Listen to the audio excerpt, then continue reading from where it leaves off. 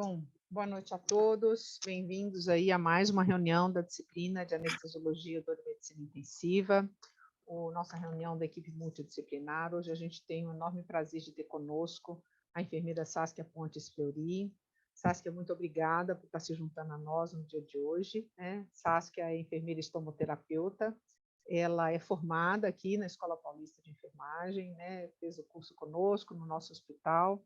Ela é mestranda do Programa de Saúde de Adulto da Escola de Enfermagem da USP, membro do grupo de pesquisa de estomoterapia daquela instituição e coordenadora da unidade de internação no Hospital Hospital Alemão Oswaldo Cruz, né? Então, ela entende bastante do assunto que nós vamos tratar hoje, um assunto que interessa a todos, que é a lesão por pressão e seus desafios. Muito obrigada, Saskia, por nos contemplar aí com seus conhecimentos hoje. A gente tem presente aqui conosco muitos membros da nossa equipe multi, mas também a nossa coordenadora de enfermagem, a Jane, com seus coordenadores Fábio e Aline e outros enfermeiros. E, além disso, como eu te falei, a aula fica gravada, eu acho que vai ser muito importante para a nossa equipe de enfermagem e toda a nossa equipe multidisciplinar, nossa equipe médica também, assistir aí a sua apresentação e a transmissão dos seus conhecimentos. Muito obrigada por estar conosco hoje. Muito obrigada pelo convite, fiquei muito honrada, né? Um bom filho a casa torna, né? Muitas saudades daí, foi um tempo muito feliz aí durante a minha formação. Vou compartilhar aqui a tela, tá? Vocês me falam se vocês estão enxergando, se deu certo. Vocês estão me ouvindo bem? Estamos te ouvindo bem. Deixa eu achar aqui.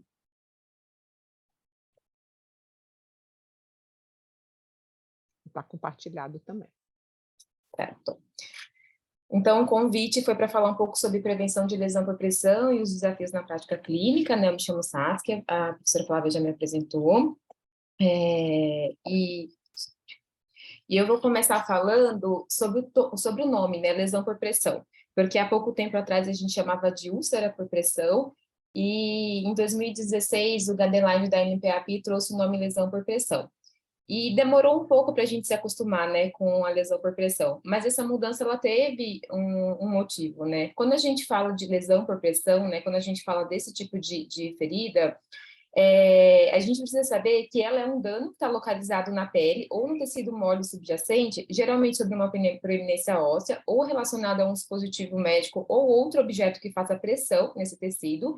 E essa lesão, ela pode ser aberta, uma úlcera mesmo, ou ela pode ser uma lesão fechada, e eu vou mostrar para vocês em quais classificações que não tem ruptura, né, da pele, do tecido epitelial.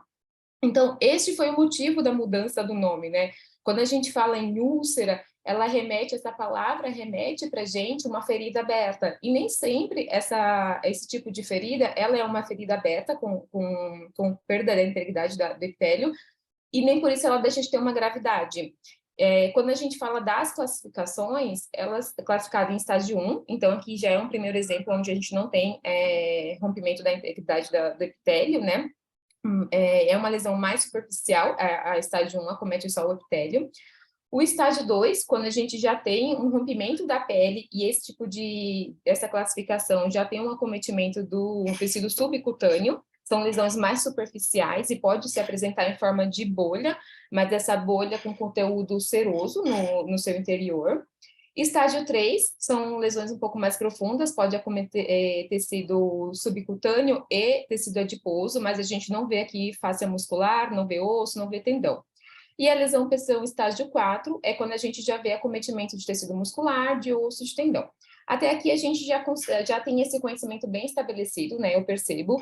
E as dúvidas vêm quando a gente começa a falar das lesões tissulares, as lesões não classificáveis, né? Então, quando a gente tem um tecido morto, né? Uma necrose, um tecido de esfacelo mais resistente que está bem aderido ao leito da ferida e a gente não consegue visualizar qual é o tipo de tecido que está sendo acometido, então a gente não consegue classificar. A lesão por dispositivo médico, nesse caso aqui, na verdade, a membrana mucosa da foto, né, foi causada por um paciente que esteve entubado na posição ventral e, ao retirar o tubo, ele estava com essa lesão na língua. A lesão por dispositivo médico, que é causada pela pressão de um dispositivo ou outro objeto no corpo do paciente, e aí esse tipo de classificação foge um pouco pouquinho da proeminência óssea, né, que a gente tinha bem estabelecido antes. Esse tipo de lesão acontece em qualquer lugar do corpo onde o dispositivo está em contato com a pele, né, com o tecido do paciente. E a lesão tissular profunda, que é uma lesão que é grave, muitas vezes ela se apresenta de forma com a pele íntegra, né? Ela se apresenta com um roxo, né, na pele do paciente, uma característica de um hematoma, ou de coloração púrpura, às vezes mais avermelhado, dependendo da cor da pele do paciente. Pode evoluir com melhora sem ter rompimento da integridade da pele, ou, na maioria das vezes, né, que eu vejo na prática clínica, essa pele, como nessa foto, ela começa a abrir, né? A gente começa a ter ruptura do tecido, e essas lesões, elas evoluem para lesões graves, né? Estágio 3 ou estágio 4. E como que acontece, né? Qual que é a fisiopatologia da lesão por pressão? Quando a gente fala lesão por pressão, muito remete, a gente tem esse conhecimento mais consolidado de que essa ferida aparece quando a gente tem isquemia, né? Quando a gente tem ruptura do fluxo sanguíneo, que aí não chega oxigênio e nutrientes para as minhas células, e eu tenho morte celular naquele local. E está relacionado à proeminência óssea, porque é onde a gente tem maior pressão no corpo do paciente. Mas também pode acontecer por deformação celular, né? Então, eu tenho um rompimento do citoesqueleto, isso em tecidos mais profundos, e está relacionado à pressão e ao cisalhamento desses tecidos, que também vai levar à inflamação, edema e morte celular. E quando a gente tem a morte celular, que a gente começa a ter a lesão, a lesão mesmo, né? E isso vai depender do quê? Do tipo de carga mecânica que eu estou fazendo. Então, se é um dispositivo médico, qual tipo de dispositivo? Como, por exemplo, um oxímetro, um tubo, uma sonda nasointeral. O tempo que eu faço de pressão nesse tecido do paciente, né? Se eu faço 30 minutos, 1 hora, 4 horas de pressão, e, claramente, a tolerância tecidual do paciente, né? Então, tem pacientes que toleram um pouco mais dessa pressão. Então, tem paciente que em 1 hora, na mesma posição, não vai ter morte celular naquele tecido, e tem pacientes que, dependendo da sua tolerância tecidual, que vai ter morte celular. Essa foto aqui, ela apresenta bem a lesão tissular profunda, né? Que quando a gente olha, as pessoas às vezes não valorizam a gravidade dessa lesão, né? A gente vê um paciente que tem uma descoloração na região sacra, né? E esse tecido provavelmente já está acometido já em região a nível de tecido subcutâneo, de tecido adiposo e provavelmente muscular também. Se a gente não conseguir manejar esse paciente de uma forma adequada, se ele não melhorar clinicamente também, né? Porque às vezes a gente não consegue prevenir que haja ruptura da pele, porque o paciente continua grave, esse é o cenário, né, da UTI, muitas vezes o paciente continua muito grave, então essa pele acaba rompendo, e essa lesão é uma que vai evoluir para lesão estágio 3 ou 4. Quando a gente fala dos fatores de risco, né, quem são os pacientes que desenvolvem lesão por pressão? Na literatura tem a descrição que tem mais de 100 fatores de risco envolvidos na lesão por pressão, né? E existem alguns que são clássicos, né? Por exemplo, a imobilidade do paciente é um fator de risco clássico. E ele vem dividido, principalmente aqui nesse guideline, tá? Esse esquema que eu gosto bastante de apresentar, ele vem dividido em fatores extrínsecos, né, ao paciente, e fatores intrínsecos. E quais são os fatores extrínsecos envolvidos ali no desenvolvimento desse tipo de ferida? A pressão, fricção, cisalhamento e o microclima, que é a alteração ali da temperatura e da umidade da pele. E quando a gente fala de fatores intrínsecos ao paciente, é tudo aquilo que está relacionado ao paciente, ao diagnóstico que ele tem, à condição clínica naquele momento, os antecedentes dele. Então, imobilidade, redução da sensibilidade, seja por sedação, seja por demência, redução da perfusão tissular, seja por questões medicamentosas, como os medicamentos, as drogas vasoativas, ou seja por conta de patologias, como, por exemplo, doenças arteriais periféricas, né? Pacientes que já têm cicatrizes de lesões por pressões, que estão edemaciados, pacientes que estão com a alteração do microclima da pele, ou que estão sudoreicos, né, estão mais úmidos por N motivos, seja pacientes que estão febris, pacientes que estão mais úmidos por conta de incontinências, pacientes desnutridos, pacientes em extremos de idades por conta da alteração fisiológica da anatomia da pele, medicações, né? Então, por exemplo, corticoides altera a nossa fisiologia da pele, medicações sedativas que também induzem o paciente a não se mobilizar, intencionalmente, né? Mas isso influencia no desenvolvimento da lesão por pressão, pacientes que estão gravemente doentes, né? Então, os pacientes que estão clinicamente graves na unidade de terapia intensiva, isso porque a gente tem que pensar que o corpo ali, né, tá se mobilizando para uma recuperação e algumas vezes alguns pacientes entram em falência, né, quando eles estão num estado muito grave e o órgão e a pele é um órgão, então ele entra também nessa questão. E pacientes que têm mudança de temperatura. Então, são os fatores que são alguns fatores mais clássicos de risco, né, que contribuem para o nosso paciente desenvolver a lesão por pressão.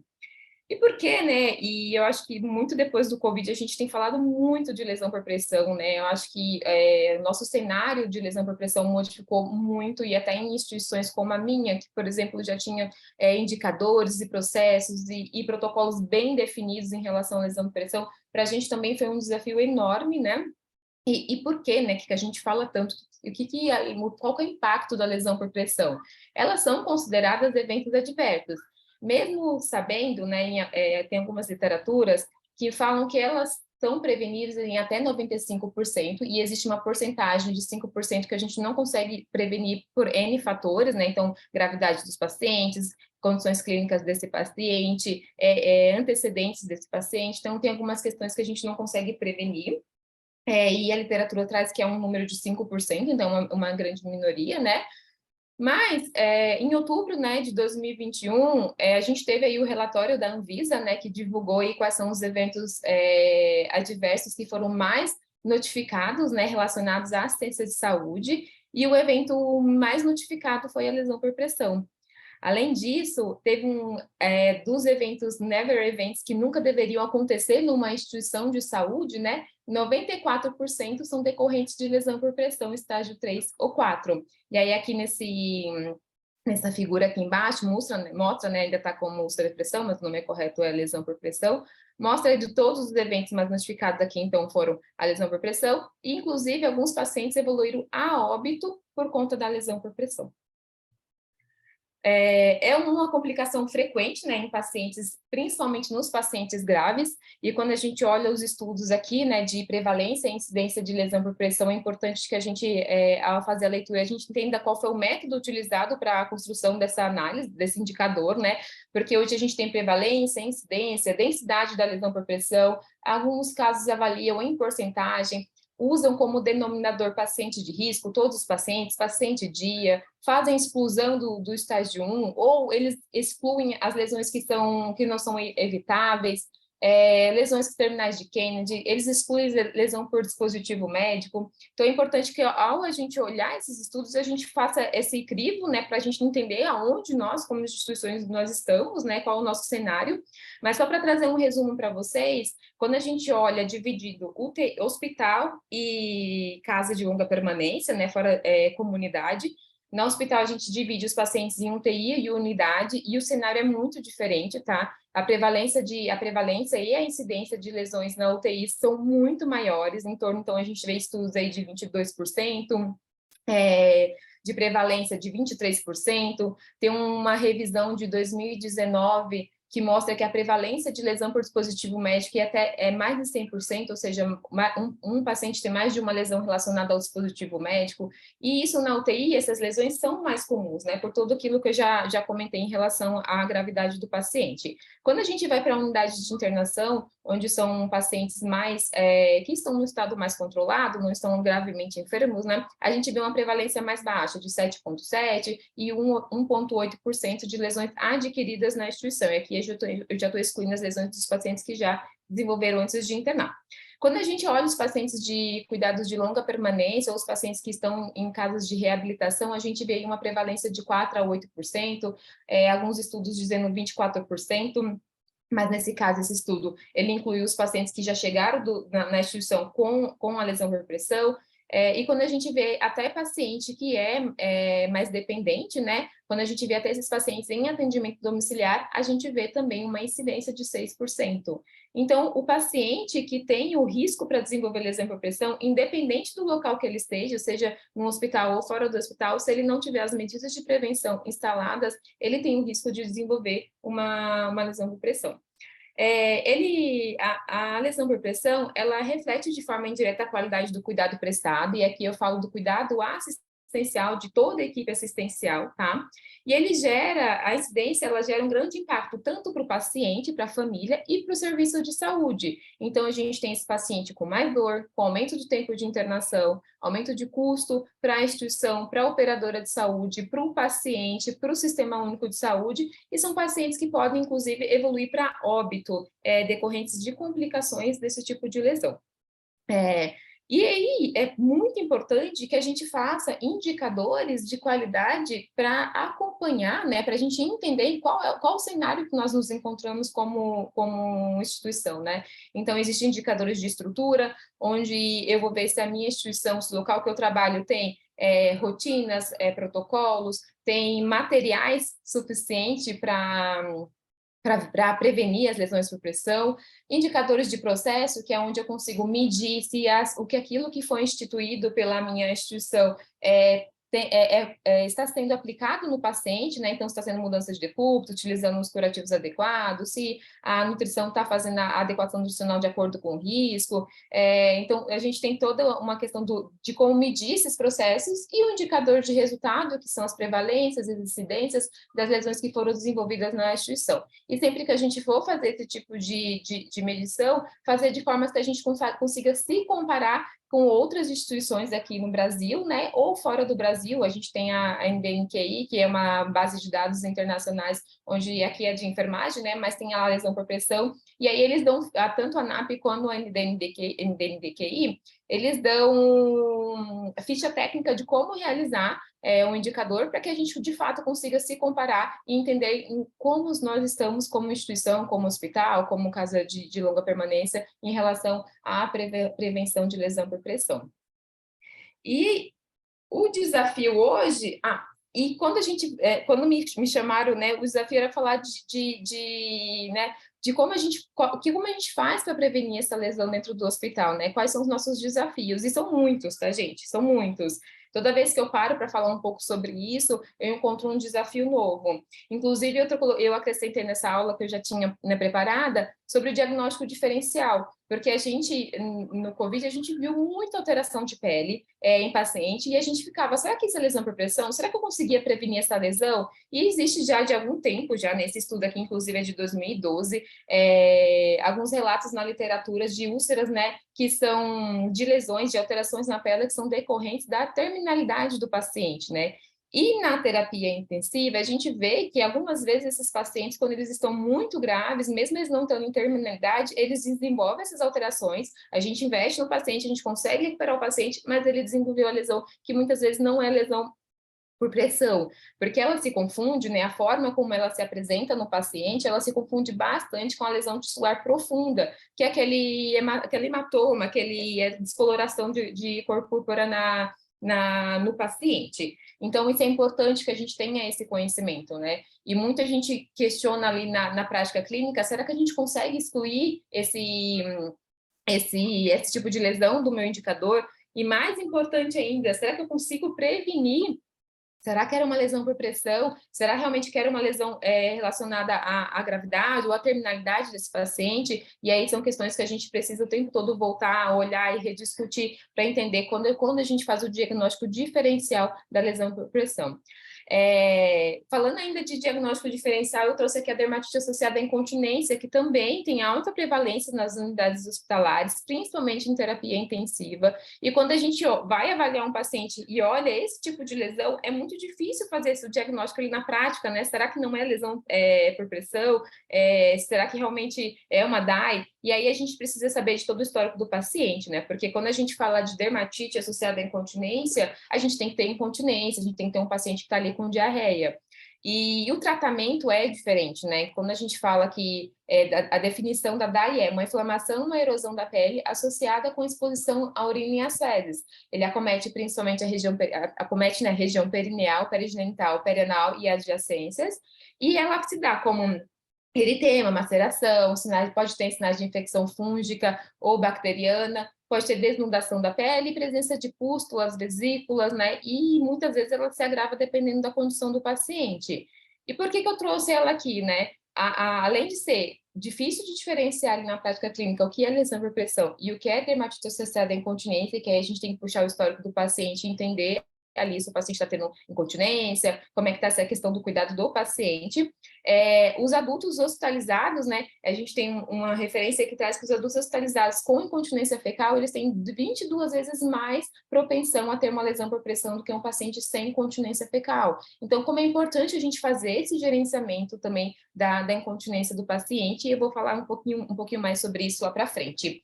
E o paciente, ele pode ter uma dermatite associada à incontinência e pode ter uma lesão por pressão no local ali da região sacra e das adjacências. E aí, como que a gente faz a prevenção da lesão por pressão, né? Muito hoje, né, a gente conseguir colocar todo esse conhecimento do que a gente tem, né? A NPAP lançou a NPAP, que é o órgão que tem profissionais que estudam lesão por pressão, um órgão dos Estados Unidos. Eles lançaram em 2019 o último guideline deles, tem 400 páginas com várias dicas de como a gente fazer para prevenir, colocando lá o seu nível de evidência, nível de recomendação, detalhando por que a gente faz uma ou outra intervenção na prevenção e como que a gente coloca isso ali no cuidado com o paciente, na prática do paciente, né? Então, eu gosto bastante de falar que é importante que a gente faça um pacote de cuidados desses pacientes, porque são muitas ações que dependem de uma equipe multiprofissional para acontecer e depende também da instituição entender a importância da gente ter equipamentos curativos, treinamentos a essas pessoas. Então, eu vou detalhar um pouquinho de cada item desse que a gente coloca ali, que é realmente o nosso desafio de chegar até o paciente, que é esse conhecimento chegar até o paciente. E eu coloquei aqui até uma lanterna aqui no envolvimento do paciente e família, para a gente entender que se eles não entenderem o porquê que faz a mudança de decúbito, por que a gente faz o gerenciamento ali da umidade, por que a gente faz a troca, ou usa um dispositivo ou outro para prevenir a lesão por pressão, prevenir a dermatite, se a família não estiver envolvida, se a família não estiver ciente do que está acontecendo, muitas vezes a gente não vai ter sucesso na aplicação das nossas medidas, né?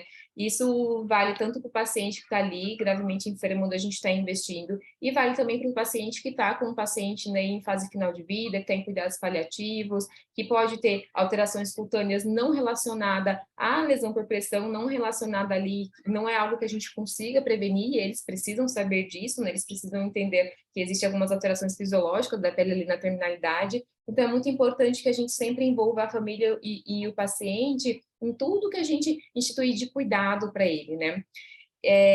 Além disso, é importante que a gente faça avaliação do risco, e quando a gente fala de avaliação de risco, eu trouxe aqui alguns exemplos de instrumentos, né? A gente tem alguns instrumentos que são adaptados e validados para a língua portuguesa do Brasil, porque isso é bem importante quando a gente vai utilizar instrumentos, né? E nos ajudam ali na triagem de quem são os pacientes que estão em risco, né?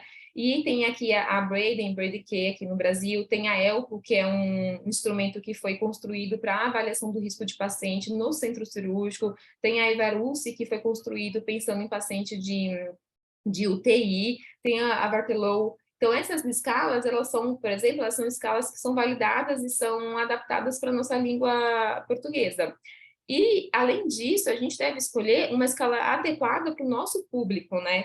Então, se eu trabalho numa UTI, então talvez escolher uma escala ampla, né, como a Braden, que tem mais estudos aqui no Brasil, ou uma escala que foi construída especificamente para a unidade de terapia intensiva. Se eu trabalho, então, com criança, uma escala para criança. Se eu trabalho no centro cirúrgico, uma escala que avalia o paciente no centro cirúrgico. Porque cada setor, né, cada população tem sua característica diferente, e essas escalas tentam contemplar ao máximo essas características. É claro que esses instrumentos, eles não substituem a avaliação clínica e individualizada por um profissional capacitado, né, por um profissional que conheça, né, quais são os fatores de risco para o desenvolvimento de lesão por pressão, que está envolvido ali com a família e com o paciente.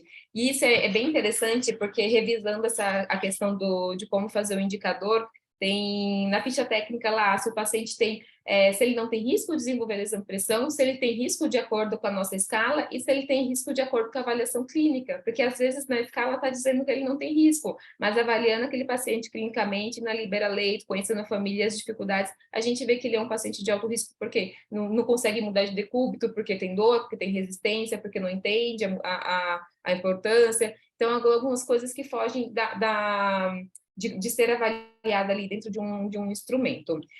E aí eu trouxe o exemplo de uma escala. Então, as escalas, elas são construídas tentando abranger o máximo de fatores, né, e os fatores de risco mais importantes para o desenvolvimento da lesão. Então, essa escala, ela é dividida, ela pode ser pontuada de 1 a 4 pontos, né, ela foi construída para avaliar os pacientes de risco não na unidade de terapia intensiva, foi traduzida por essa autora em 2018, aqui, adaptada, na verdade, validada aqui para o Brasil em 2018. Ela verifica, então, consciência, se o paciente é consciência hemodinâmica, respiratório, mobilidade e outros pontos. E você adiciona mais pontuação se o paciente tiver com febre, tiver com saturação, se a saturação tiver maior que 90%, pressão arterial sistólica menor que 100 milímetros de mercúrio, presença de maceração da pele, umidade, edema. Então, ele vai tentando abarcar aqui todos os fatores de risco do paciente que está numa unidade de terapia intensiva.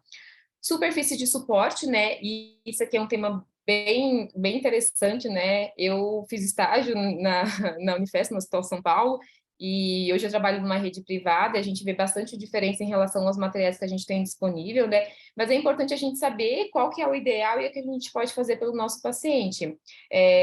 A superfície de suporte são dispositivos que são especializados na redistribuição de pressão projetados para o gerenciamento de carga de tecido. Ele faz também um gerenciamento ali do microclima, né? Então ele não deixa ficar muito quente ali para o paciente, e tem outras funções terapêuticas. Então, por exemplo, tem camas hoje em dia que fazem rotação, fazendo uma leve mudança de decúbito do paciente. Tem colchões de ar hoje que o ar fica circulando entre o colchão, e aí tem uma mudança, ele faz um alívio, né, ativo da pressão nas preeminências ósseas do paciente. Então, assim, a gente tem bastante tecnologia, né, em relação à superfície de suporte. A gente tem as superfícies que são reativas, né, então tem a pressão do paciente em cima do colchão, em cima da superfície, e ele redistribui a pressão, e tem superfície de suporte que muda, né, a pressão do corpo do paciente, independente de ter um comando ou não, que são esses colchões que são normalmente ligados numa energia, tá? Só que, mesmo a gente tendo toda essa tecnologia, nenhuma superfície de suporte vai conseguir fazer o alívio completo da lesão por pressão, né? Da pressão na preeminência óssea do paciente. Então, além disso, é muito importante que a gente faça mudança de decúbito, né? E aí, qual que é a frequência que a gente faz essa mudança de decúbito, né? A gente ouve muito de 2 horas, de 2 horas. Eu acho que realmente 2 horas é um tempo aceitável, mas vai depender da tolerância tecidual do paciente e qual é a pressão exercida nesse paciente, né? Então, um paciente sentado em cima das tuberosidades isquiáticas, ele não pode ficar por mais de 1 hora, porque a pressão é muito alta. Então, se é um paciente com baixa tolerância que fica 1 hora sentado, ele vai desenvolver uma lesão por pressão. Então, é importante que a gente entenda que existe sim um parâmetro de 2 horas, até para que a gente consiga se organizar ali na assistência ao paciente, mas isso vai depender principalmente da tolerância do meu paciente e o tipo de pressão exercida, tá? Os indivíduos de alto risco e com baixa tolerância social vai exigir mais mudanças de decúbitos, vai exigir que a gente consiga fazer essa descompressão com maior frequência, tá? E aí, quando a gente for fazer a mudança do decúbito, é importante que a gente faça da maneira adequada. Então, o ângulo adequado para fazer essa mudança é de 30 graus ou menos, e aí a gente sabe que tem algumas complicações pulmonares que exigem um ângulo um pouco maior, ou de no mínimo 30 graus, e aí a gente precisa achar aí o meio termo, né? E aí em que entra a equipe multiprofissional, que entra a discussão desse paciente como um todo, né? Porque é isso, a gente decidiu na minha instituição de colocar exatamente 30 graus para conseguir contemplar tanto o pulmão do paciente, como a prevenção de lesão da pele do paciente, tá? Quando a gente for virar ele de lado, também no ângulo de 30 graus ou menos, para que a gente não faça muita pressão no outro trocânter.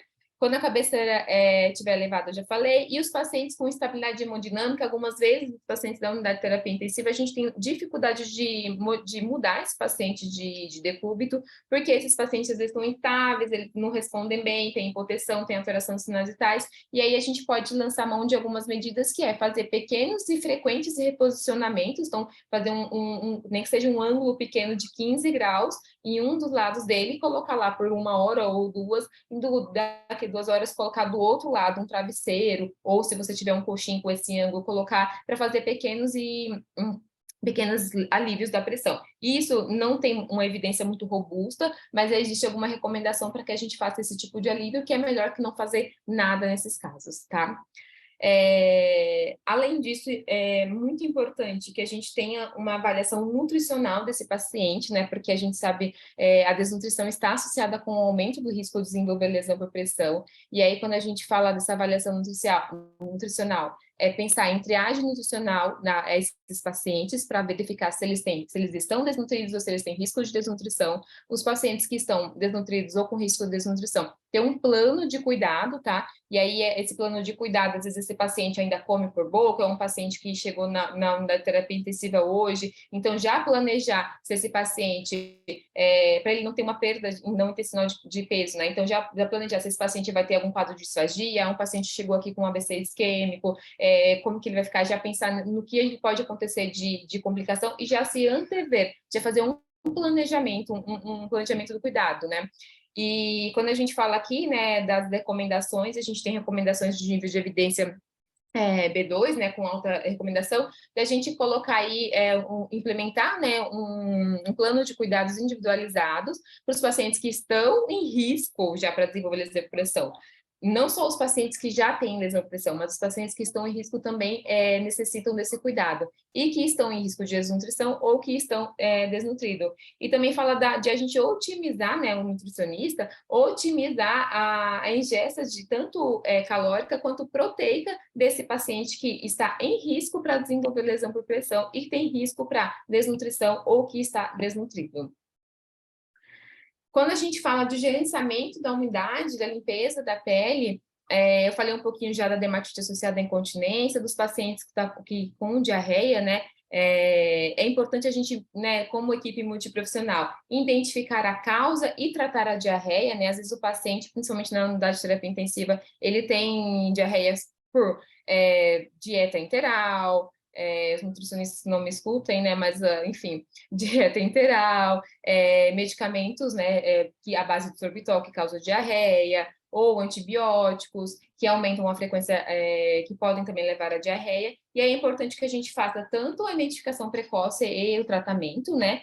E também lançar mão de tecnologias para a contenção dessa incontinência. Então, eu trouxe aqui o exemplo de uma sonda retal, que nós podemos utilizar para desviar as fezes do paciente, e aí vai para uma bolsa coletora que é totalmente descartável, isso aí a gente joga no lixo depois. Esse paciente, inclusive, pode ficar, se ele tiver com sonda vesical de alívio, né, de demora, ele pode, inclusive, ficar só com o campo, ao invés de colocar a fralda, para a gente conseguir fazer um gerenciamento melhor do microclima dele, tá? E aí isso ajuda a prevenir e, neste caso, essa foto, a tratar as lesões por pressão nesses pacientes. É importante que a gente mantenha sempre a pele limpa e seca, né? Então, se a gente não tem esse dispositivo, ou se ele não foi indicado por algum motivo, fazer a higiene do paciente sempre que ele estiver úmido, sempre que ele evacuar, fazer a higiene o mais rápido possível, utilizar sabonetes com um pH mais acidificado, que a gente sabe que ajuda a manter a integridade da pele, e proteger a pele com um creme barreira, seja, por exemplo, o óxido de zinco, que a gente tem menor evidência da proteção dele como barreira, como outros cremes barreiras que a gente já tem destinado à prevenção das dermatite associada à incontinência e proteção da pele na região perianal. Quando a gente fala dos curativos profiláticos na prevenção da lesão por pressão, a gente tem evidência aqui da utilização, eu trouxe para vocês essa meta-análise, que eu gosto bastante dela, né? Ela fala, o objetivo dela foi determinar a efetividade do curativo na prevenção da lesão por pressão, e ela verificou o quê? O resultado dos filmes transparentes, hidrocolóides e espumas multicamadas na efetividade da prevenção da lesão por pressão. e ela mostrou que as espumas multicamadas com silicone são mais efetivas, né? E o que a gente já tem tanto no guideline, o que a gente tem mais literatura em relação à prevenção da lesão de pressão é essa utilização. Aqui também é do guideline deles, aqui de 2019, que é a utilização das espumas multicamadas com silicone, é um curativo bom, né, para proteger a pele do paciente do risco de lesão por pressão. Esse daqui está no Guideline de 2016, sobre a utilização de curativos na prevenção, e aí ele é uma tabela que é bem interessante, que ele coloca aqui, quando a gente for escolher o curativo, olhar qual é o fator, né, mais importante no meu paciente. Então, quando a gente pensa na região sacra, a gente pensa tanto na umidade quanto na pressão. Quando a gente pensa na região, por exemplo, do calcânio, a gente pensa mais em fricção, porque é uma região que não tem tanta umidade. Então, talvez o filme já seja legal, já seja suficiente para a gente, né, prevenir. É claro que tudo, quando a gente olha aqui, a espuma sempre vai ter melhor resultado, né? Porque a espuma, ela né, tem uma proteção acolchoada, ela tem um certo volume, né, que diminui um pouquinho a pressão naquele local. As espumas, elas são multicamadas, elas fazem deslizamento, diminuindo tanto o cisalhamento como a fricção dos tecidos do paciente. Então, e elas fazem um gerenciamento de microclima muito melhor, porque ela é composta de silicone. Mas, em alguns momentos, a gente pode lançar mão de outros curativos, pensando, olha, aqui eu tenho, talvez, às vezes, perto de um dreno, que está um pouco mais úmido, porque está saindo exudato peridreno, talvez utilizar um dricoloide, que também dá para fazer um gerenciamento do microclima legal e prevenir a lesão por pressão. Então, essa tabela é bem interessante, ajuda a gente na prática clínica ali de qual material utilizar na prevenção da lesão por pressão. E treinamento e capacitação da equipe. Isso aqui é um desafio, tá, gente? Porque quando a gente conversa ali na prática clínica, muitas pessoas sabem como fazer, né? Se você pergunta, você sabe o que é lesão por pressão, como que previne? Na teoria, as pessoas conhecem, né? Sabem o que é e conhecem algumas medidas de prevenção.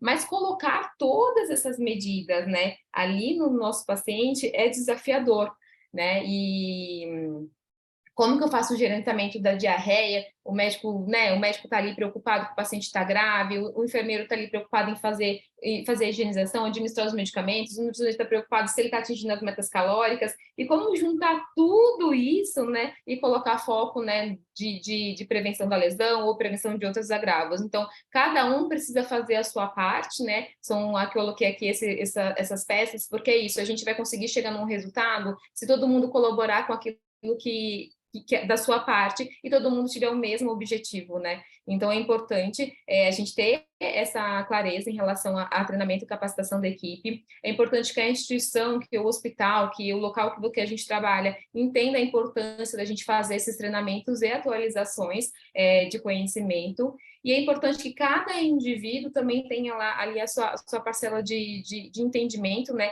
De que a sua ação é importante, que a sua ação é determinante para esse paciente talvez desenvolver a lesão ou não. Quando a gente fala no tempo de desenvolvimento da lesão, ela pode variar. A gente tem na literatura que pode variar de até de 1 hora um paciente na mesma posição, dependendo, né, da tolerância tecidual dele, ele pode desenvolver a lesão. Então, às vezes, se eu não dou a importância de ir lá fazer a mudança de decúbito no intervalo correto, se eu não vou lá e aplico o curativo no meu plantão, eu acabo deixando isso para depois, não dou importância, isso pode ser determinante para o desenvolvimento da lesão. E, além disso, o desafio aqui é que as pessoas façam a translação do conhecimento, né? É pegar tudo isso que a gente conversou agora e colocar na prática, na clínica com o paciente. Isso é um desafio, né? Porque muitas vezes, quando a gente está diante de um paciente, nós nos preocupamos com muitas coisas, né? O paciente, ele tem uma demanda alta em muitos sentidos, né? Tanto de infeccioso, de prevenção de outros agravos, de queda, de tirar dispositivo. O paciente tem N medicamentos que a gente precisa gerenciar ali a administração, os efeitos colaterais, tem a família. Então, da gente conseguir, de fato, colocar em prática esse conhecimento ali com o paciente. Então é isso, gente. Esse que eu queria falar com vocês. Eu acho que tem muitos desafios aí na prevenção, colocar a prática baseada em evidência, né, da necessidade de a gente se atualizar quando vai cuidar do paciente, fazer os treinamentos e atualização ao profissional de saúde, incorporação de tecnologias, porque para colocar tudo isso em prática é importante que a gente tenha um mínimo de tecnologia, tá? É claro que muitas vezes a gente não tem tudo que a gente gostaria, né? Existe fora do Brasil um sensor que fica grudado aqui no tórax do paciente, e a gente consegue monitorizar as mudanças de decúbito desse paciente. A gente não tem tudo que a gente gostaria, mas é importante que o mínimo, né, de tecnologia, com colchão, com colchim, com curativos, o mínimo de tecnologia a gente consiga fazer. E o trabalho multiprofissional na prevenção, ele é extremamente importante. Ninguém consegue resultado nenhum sozinho aqui no hospital, tá? Acho que esse é o recado que eu queria deixar para vocês. Muito obrigada. Acho que aqui eu deixar meus contatos. Eu acabei falando bem rápido, porque tinha bastante coisa, eu não queria... Foi ótimo, Sácia, muito bom. Daniele, você está aqui com a gente? Você está dando conta? Só que a Dani está dentro da UTI, né? Oi, chefe, mas eu tô em todos os lugares ao mesmo tempo. Parabéns, Sácia. A aula foi ótima. Obrigada, Daniele. Obrigada pelo convite. Queria saber se a gente tem alguma pergunta, pessoal. Jane, nossa coordenadora de enfermagem, quer fazer algum comentário? Boa tarde, vocês estão me ouvindo? Sim, estamos sim, Jane. Sácia, eu adorei a apresentação. Meu nome é Jane, eu também sou ex-aluna da escola, né? Sou enfermeira, coordenando a nossa equipe de enfermagem aí com muito carinho. Acho que você deve ter passado em seu estágio pela nossa unidade, né? Pela UTI do Sexto. Eu acho que eu lembro de você. Você está aí há muito tempo já. Estou há muitos anos. Eu fui estagiária quando você estava aí. Então, nossa, sou super veterana. Uhum. E, nossa, eu fiquei muito feliz de saber que você é nossa ex-aluna, né? A gente fica muito contente em ver a produção aí, o crescimento de vocês, especialmente o acréscimo de conhecimento que trazem para a nossa profissão, para a nossa equipe, que traz esse resultado no cuidado, né? A qualidade do cuidado de enfermagem. Esse cuidado com a lesão por pressão, né, principalmente a prevenção, está muito envolvido nas nossas ações, no nosso dia a dia, né? A gente fala que é o nosso feijão com arroz, isso. Porque está muito relacionado também com o controle do conforto do paciente, né? A lesão por pressão é algo que traz dor ao paciente, traz um sofrimento para ele e para a família, que depois vai levar embora, né? Depois o paciente vai de alta e ainda vai com essa recuperação crônica e difícil, né, de se fazer. E é um problema de saúde pública, né? A gente também sabe. Acho que dos nossos principais desafios dentro da nossa UTI é a questão de recursos, né? Recursos financeiros, recursos de tecnologia diferenciada. A gente tem um grupo que vem trabalhando há muitos anos, eu não sei se você estava aqui quando esse grupo foi formado, que é o GETRAF, que é o Grupo de Tratamento de Feridas. Eu não sou estomaterapeuta, mas faço parte do grupo, né? Quem coordenava era a Leila Blanes, e agora quem coordena é a Fabiana Augusto, minha amiga de turma também, estomaterapeuta, e daí a gente vem dividindo esse conhecimento, né? As meninas trazem diversas apresentações, e para a gente trazer esse conhecimento para a equipe de enfermagem, para os enfermeiros, dividir com os técnicos de enfermagem na assistência a todos os pacientes, né? O paciente grave dentro do Hospital São Paulo, ele está desde a unidade de internação até a terapia intensiva, né? Às vezes essa lesão por pressão se formou na unidade primária, né? No pronto-socorro. Então, a gente vem na UTI já numa outra perspectiva, mas também numa demanda de trabalho muito grande, que é um desafio complicado, né? Então, e essa questão de demanda de trabalho é importante, né? Porque para a gente fazer prevenção, a gente precisa de tempo, né? Então, tempo para fazer decúbito, tempo para aplicar o curativo, para avaliar os pacientes, e inclusive tem estudos hoje em dia falando, né, alguns estudos recentes, 2019, 2020, falando da importância de ter especialistas, né, nas unidades de salário, então, e ter pessoas suficientes, carga de trabalho para conseguir fazer prevenção. Então, eu estou vendo aqui o nosso enfermeiro Cleiton, que acabou de se formar e estomaterapeuta também. Então, a gente tem crescido o número de enfermeiros da terapia intensiva fazendo a especialidade de estomaterapia, justamente porque é um nicho de atuação muito forte para o profissional, né? Esse olhar diferenciado para a prevenção, especialmente o conhecimento que o curso traz para o enfermeiro intensivista, traz muita excelência na qualidade da assistência, né? Então, a gente fica muito feliz de perceber que os enfermeiros da UTI também têm essa disponibilidade, mesmo quem não está no curso também sempre tem interesse, sempre quer aprender mais. A questão dos treinamentos, né, a dividir o conhecimento que você falou é algo extremamente importante. Temos os nossos residentes de enfermagem, então também a atuação do enfermeiro do dia a dia influencia positivamente o aprendizado, né? Então a academia também ganha com isso. E a produção científica, né? A gente teve o prazer de você apresentar a tradução da escala, que foi da nossa enfermeira Mariana, né? A Mari Cremasco, foi ela que fez. Então, nossa, eu fiquei super feliz de ver na apresentação e saber o quanto isso vem enriquecer o nosso trabalho. É uma escala que a gente precisa trazer para a nossa atuação no nosso dia a dia, que consegue perceber a questão da gravidade do paciente, né? Isso é um diferencial. Hoje mesmo eu estava discutindo com um dos nossos enfermeiros sobre a gravidade de uma lesão de um paciente, e daí a gente discutiu, poxa, ele pode ter piorado a parte hemodinâmica, ele fez uso de droga vasoativa, a gente estava conseguindo obter uma proliferação de cicatrização, que daí voltou para trás, e ele ficou angustiado e tudo, e a gente discutindo isso. Percebe o quanto trazer uma escala que faça a diferenciação do paciente é importante também. A gente já usa Braden, né? Institucionalmente falando, a avaliação do enfermeiro, todo enfermeiro do hospital, a gente tem isso dentro da nossa evolução, é diário, né? Todos os enfermeiros fazem e têm esse olhar, mas fazer essa diferenciação da terapia intensiva é importante, porque a gente tem esse requisito da gravidade, né? Então, a gente precisa acrescentar isso também. Mas, nossa, adorei a apresentação, muito rico. Obrigada. Muito legal.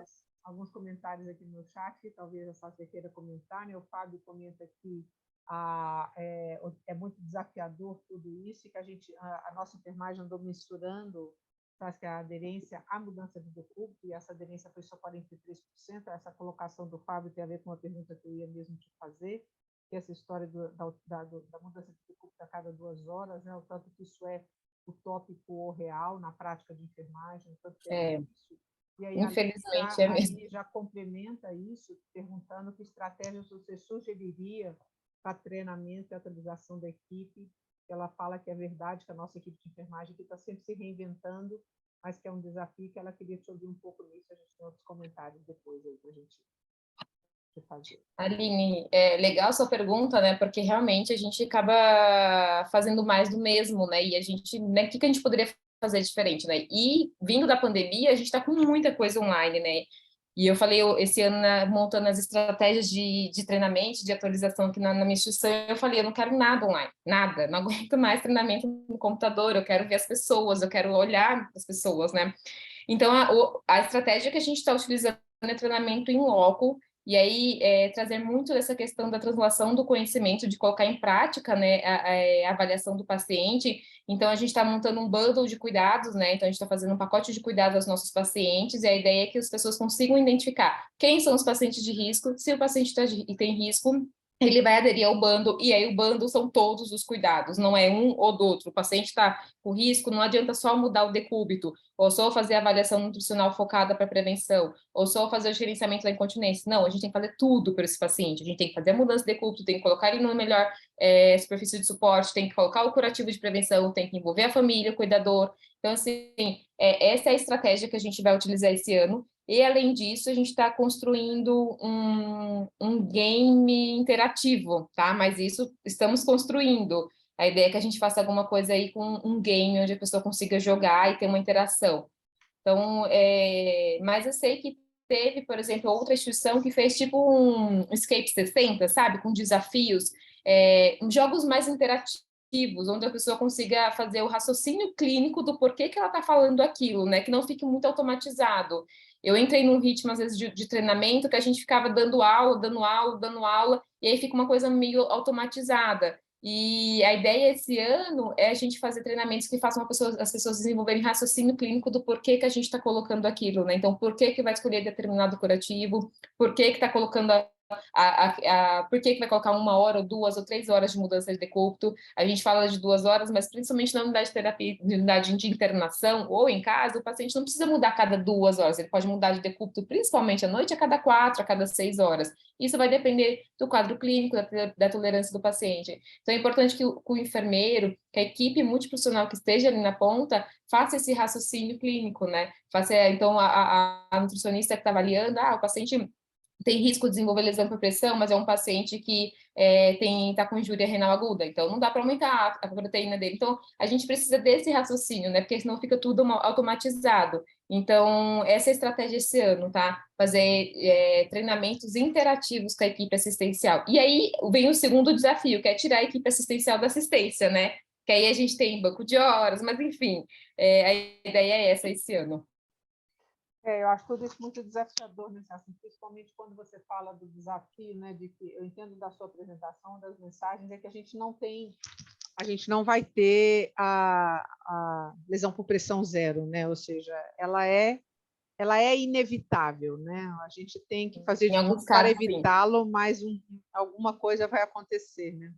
E é o que eu acho que a gente tem mais dificuldade aqui, não sei se os nossos enfermeiros vão concordar, é como a gente indexar esse número pela gravidade, né? Por mais que a gente tenha os scores que você mostrou tão bem, eu não sei se a gente consegue, com clareza, definir se a gente está tendo mais do que o esperado, menos do que o esperado. Eu acho que para nós essa é uma dificuldade, né? Não sei se eu estou correta na minha colocação. Sim. Quer dizer, como que pragmaticamente a gente vai dizer, olha, nós estamos já, todas as que a gente teve eram realmente inevitáveis. Como chegar a essa conclusão? Isso realmente é um desafio, né? Porque quando a gente olha a evidência científica, eles falam que as lesões inevitáveis são aquelas que a gente colocou tudo que era possível de prevenção, tá? E não é tudo que é possível na minha instituição, é na literatura. Então, melhor curativo, melhor superfície de suporte, mudança de decúbito adequada, e mesmo assim esse paciente desenvolveu lesão por pressão. Muitas vezes eu não consigo garantir isso lá no meu hospital. Eu fico pensando na Unifesp, então, assim, no Hospital São Paulo. Então, isso é a definição da literatura. Todas as medidas de prevenção foram instaladas e, mesmo assim, esse paciente desenvolveu lesão por pressão. É difícil a gente conseguir mensurar isso na prática. E quando a gente vai olhar, será que o que eu tenho de lesão, a minha taxa de lesão tá dentro de um aceitável? Como que eu vejo isso? É me comparando com outras instituições. E aí, o exercício que a gente está fazendo é isso, fazendo um indicador fidedigno, então a gente está colocando bastante energia nisso, a gente está fazendo busca ativa, a gente faz uma escala do ano inteiro para conseguir avaliar todos os pacientes da instituição naquele dia que a gente determina a busca ativa, treinamos enfermeiros para fazer essa busca ativa, avaliação da pele, e a gente pega lá o número de pacientes que foram identificados lesões, que foram desenvolvidas no hospital, pelo número de pacientes avaliados naquele dia. E essa é a taxa que a gente se compara, tanto na ANAP, quanto nessa base de dados internacionais de hospitais dos Estados Unidos, de outros lugares do mundo. E é assim que a gente vai conseguir entender se a gente está bem ou não. O que eu tenho para dizer para você é que, há 3 anos atrás, quando eu determinei a meta que eu tenho hoje, eu achei que eu estava bem. Eu ia falar, nossa, a gente tem pouca lesão. Mas quando a gente começou a se comparar com outros hospitais do mundo, a gente não tem pouca lesão. Então, assim, é bem importante que a gente faça realmente indicadores fidedignos e comparáveis com outras instituições. Quando a gente olha a literatura, é muito difícil a gente ter esse olhar, tá? Esse parâmetro, porque eles calculam de formas muito diferentes as taxas. Então, é bem difícil a gente conseguir ter esse parâmetro pelos estudos científicos, mas a gente já tem uma base de que realmente a prevalência e a incidência dessas lesões ainda são muito altas nas instituições hospitalares e principalmente nas unidades de terapia intensiva. Perfeito. Não sei se mais alguém tem algum comentário a fazer, nossos enfermeiros.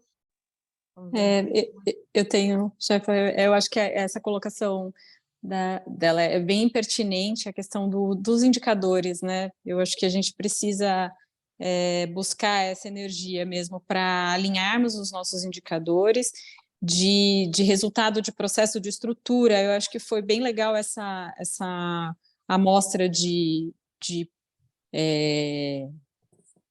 divisão, para a gente ter um olhar um pouco mais diretivo, né, para a formação do nosso indicador de cuidado. Então, eu entendo que esse é o caminho. E dedicar esforços para isso, né, a dedicação dos nossos coordenadores, o Fábio e a Aline, para fazer a avaliação do momento da mudança de decúbito já foi incrível, trouxe um resultado muito importante para demonstrar para a equipe.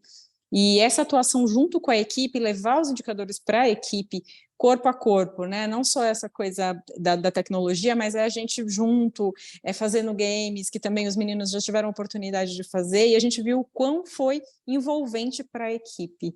Daí talvez a gente consiga perceber resultados bem melhores. Perfeito. Bom, acho que a gente vai ficando por aqui. Sabe que a gente queria te agradecer muito novamente, né? O teu tempo, a sua dedicação aí a nós. Essa aula vai ficar disponível para todos, como eu já falei, no site do YouTube. É um prazer enorme ter estado conosco agora à noite. A gente queria agradecer também a presença de todos. Eu queria aproveitar a oportunidade para lembrar a todos que nós estamos na construção da transformação desta reunião clínica num curso de extensão da Unifesp. Então, provavelmente, quase com certeza, a partir do final de março, essa reunião será um curso de extensão, então as pessoas têm que se inscrever e vai ter certificação como curso de extensão da Unifesp, não só para todo o nosso time já ficar ciente disso. A Daniele, que é a coordenadora das reuniões clínicas, vai ser a coordenadora desse curso de extensão. Então, já fica aqui o aviso a todos, né, para aproveitar e se inscreverem oficialmente, também para as pessoas externas que nos assistem, tanto presencialmente hoje, quanto também no canal do YouTube, é que essa inscrição será gratuita, obviamente, para todo mundo que quiser compartilhar conosco o conhecimento dos experts, como a Saskia, que nos brindam aí com seus conhecimentos nas nossas reuniões. Mais uma vez, obrigada, Saskia. Muito obrigada, gente. Foi um prazer estar com vocês. E boa noite a todos. Boa noite, tchau, tchau. Boa noite, pessoal.